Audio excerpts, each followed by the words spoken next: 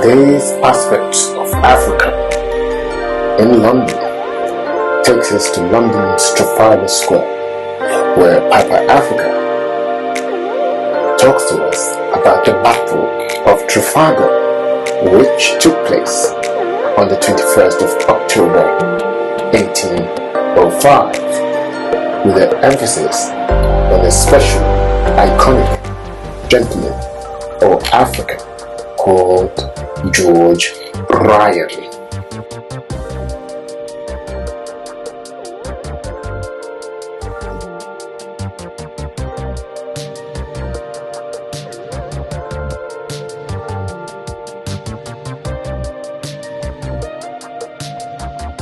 Admiral Lord Horatio Nelson is quoted as saying, "Time is always of the essence.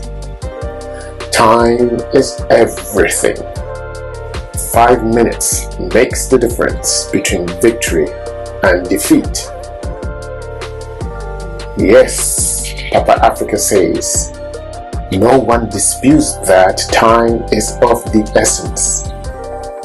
But time appears to have stood still for one of the renowned Africans called George Ryan, who is registered as a seaman who fought together and right next to Admiral Lord Horatio Nelson on the HMS Victory at the Battle of Trafalgar on 21st of October 1805. The Battle of Trafalgar is said to have been the last major sea battle between superpowers, this time Britain and the combined Napoleonic French and Spanish Navy. Napoleon Bonaparte's thirst for power to conquer Europe and the rest of the world got officials in Britain to sit up.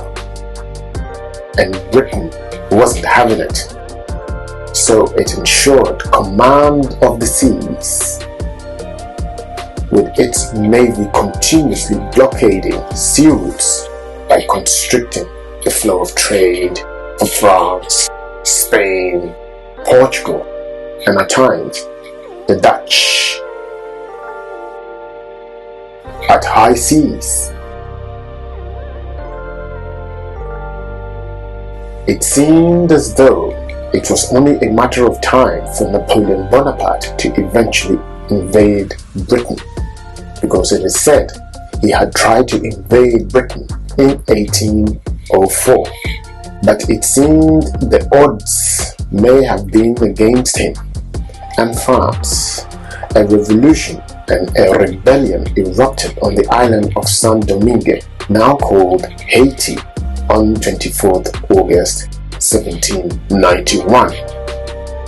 Haiti was then the world's highest producer of sugar to France, Europe, and America. Saint Domingue, or Haitian Rebellion, on 24th August 1791 was led by a courageous African or Haitian called Toussaint L'Ouverture, demanding the end of slavery from France.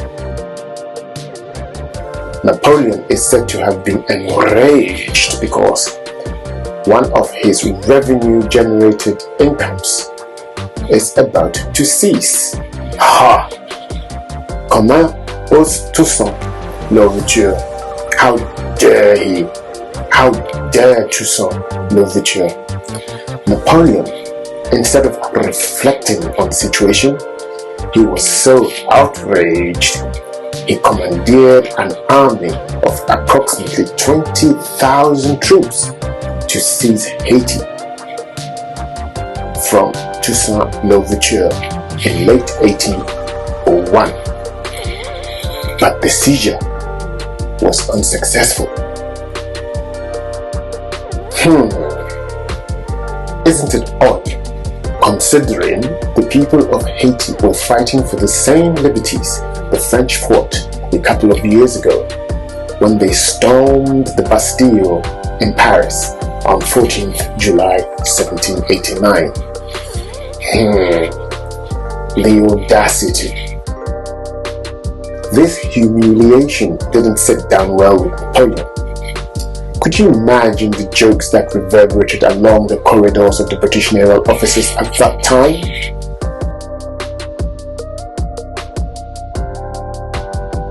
The head-on collision resulting in the Battle of Trafalgar began when Napoleon, on the 19th October 1805, is said to have instructed his 33 Franco-Spanish fleet under the Vice Admiral Commander Pierre Villeneuve to proceed from the port of Cadiz in southwest Spain to invade Naples. However, George Ryan, the courageous African who worked very close with Admiral Horatio Nelson, had already sailed with Admiral Horatio Nelson, including over 20 skilled African sailors from Portsmouth, England, on the HMS Victory on 14th September 1805 with a fleet of 27 ships, patiently waiting for battle 40 miles off the coast of Cadiz.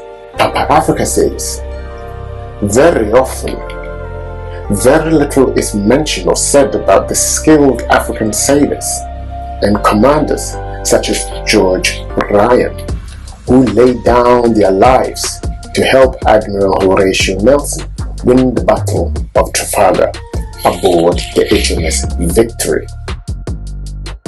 A lot of Africans from the then 13th colony America, from the West Indies, and from the African continent were aboard all the 27th Fleet, commanded by Admiral Horatio Nelson. It is said a lot of the recruits may have been recruited by coercion, which was referred as they were pressed. On 21st October 1805, the day of the Battle of Trafalgar, Papa Africa says, that might have been the first time George Ryan may have witnessed Admiral Horatio Nelson being nervous or showing some humility for a few seconds. It is believed George Ryan was right next to Admiral Horatio Nelson just before he gave the order to fire on their adversaries, where he calmly uttered his famous words, "England expects that every man will do his duty," or "England expects every man will do his duty."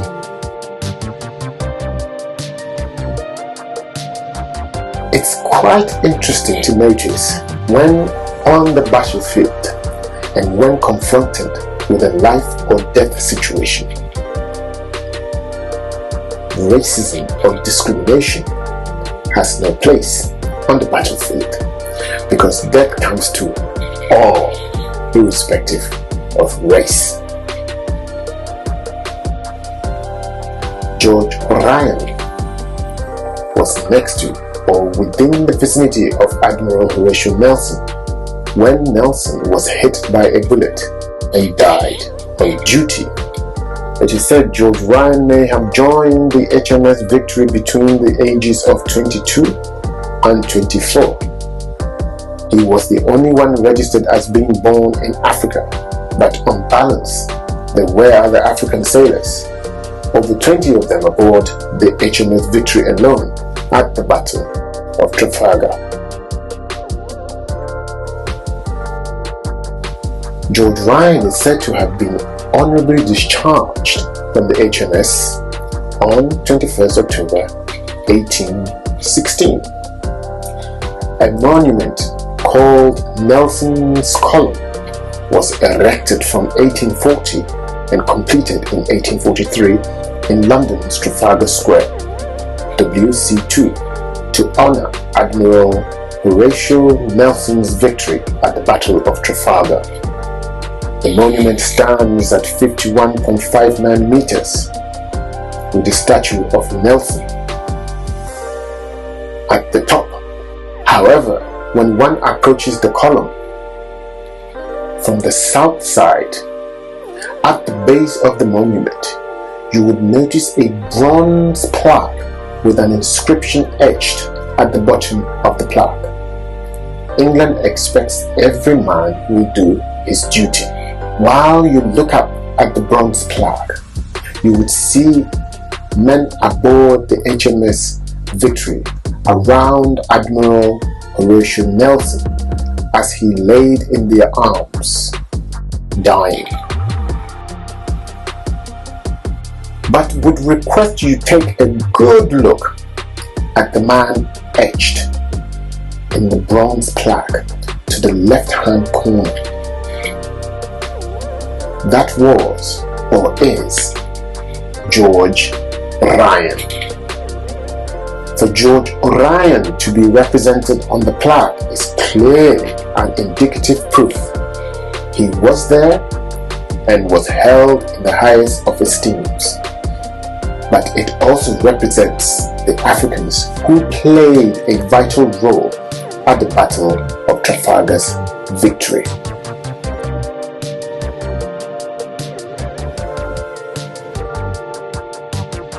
Aspects of Africa is dotted around us in London and up and down the United Kingdom and the rest of the world. But without a curious mind or a 2020 vision, one can easily miss the evidence, even when confronted with it.